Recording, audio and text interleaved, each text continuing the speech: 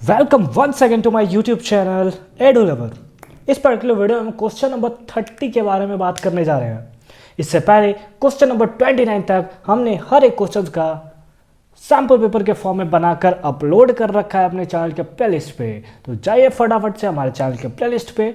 जाते ही आप बहुत ज़्यादा खुश होने वाले हो, क्योंकि वहाँ पे आपको मिलेगा मैथ्स बेसिक और स्टैंडर्ड का सैम्पल पेपर का सॉल्यूशन, उसके साथ साथ साइंस का सैम्पल पेपर। मैंने मैथ्स का क्रैश कोर्स भी स्टार्ट कर रखा है, तो अगर आपने अभी तक नहीं देखा है तो जाओ फटाफट से देखो, बिकॉज उसमें भी वीडियोस बहुत जल्दी जल्दी अपलोड होते जा रहे हैं और आगे भी होते जाएंगे। फिलहाल क्वेश्चन नंबर 30 के बारे में बात करते हैं। क्वेश्चन नंबर 30 समझो और इसका आंसर दो। क्वेश्चन नंबर 30 है, विच of the following reaction is और आर एन इंडोथर्मिक रिएक्शन। तो सबसे पहले आओ समझते हैं what is endothermic reaction and what is exothermic reaction. तो समझो यहाँ पे तुम लोग क्योंकि बहुत ज़्यादा ठरकी हो यार, तो ठरकी वे में हमको समझाना पड़ता है, तो आप इसको भी थोड़ा ठरक वे में समझते हैं। एक होता है एक्सोथर्मिक रिएक्शन। ओहो, एक्सोथर्मिक रिएक्शन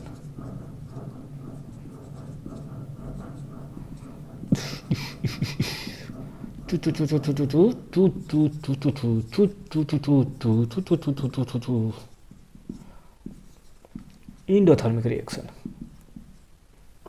अब इसमें बोलोगे आर सर छोटा लिखे उसमें बड़ा, लो आर लिख दिया। एक है एक्सोथर्मिक रिएक्शन और एक है इंडोथर्मिक रिएक्शन। अब इसको थोड़ा समझते हैं। यहाँ पे देखो एक्स लिखा हुआ है, अगर इसका स्टार्टिंग करें तो एक्स लिखा हुआ है। बहुत सारे लड़के होंगे जिनकी एक्स होगी।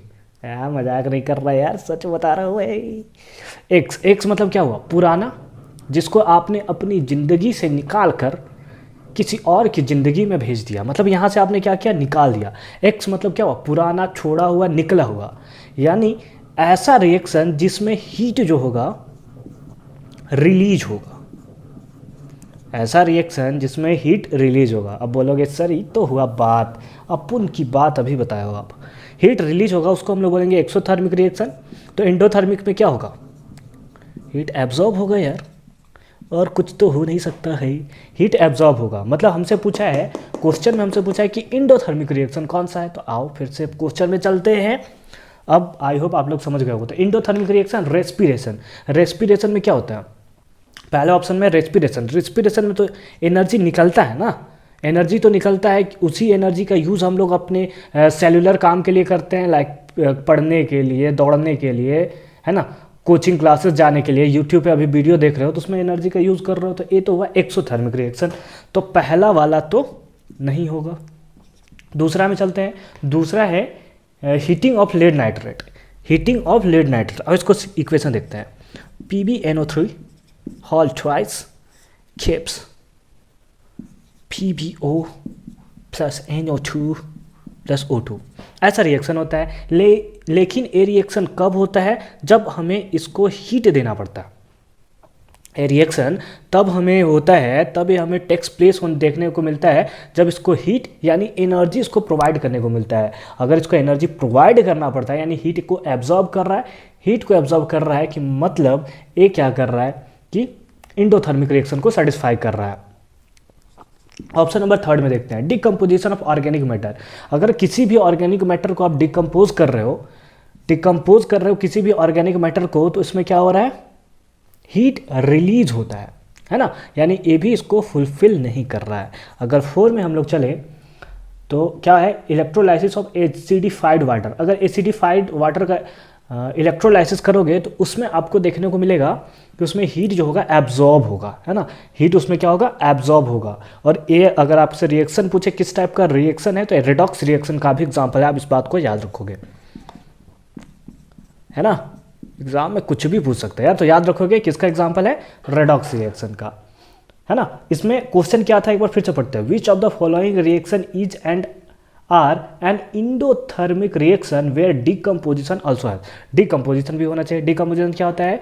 एक कंपोनेंट ब्रेक करता है 2 या 2 से ज़्यादा रिएक्टेंट्स में, है ना, सॉरी कंपाउंड प्रोडक्ट्स में। एक रिएक्टेंट ब्रेक करता है 2 या 2 से ज़्यादा प्रोडक्ट्स में, तो उसको हम लोग डिकम्पोजिशन बोलते हैं। यानी ऑप्शन नंबर 2 और ऑप्शन नंबर 3। तो इसका आंसर होगा हीटिंग ऑफ लेड नाइट्रेट, और सेकेंड होगा इलेक्ट्रोलाइसिस ऑफ एसिडिफाइड वाटर, यानी option number 2 and option number 4। तो आई होप आपको समझ में आ गया होगा। इसके ऑप्शन नंबर बी में भी एक क्वेश्चन है, चलिए उसको भी देखते हैं।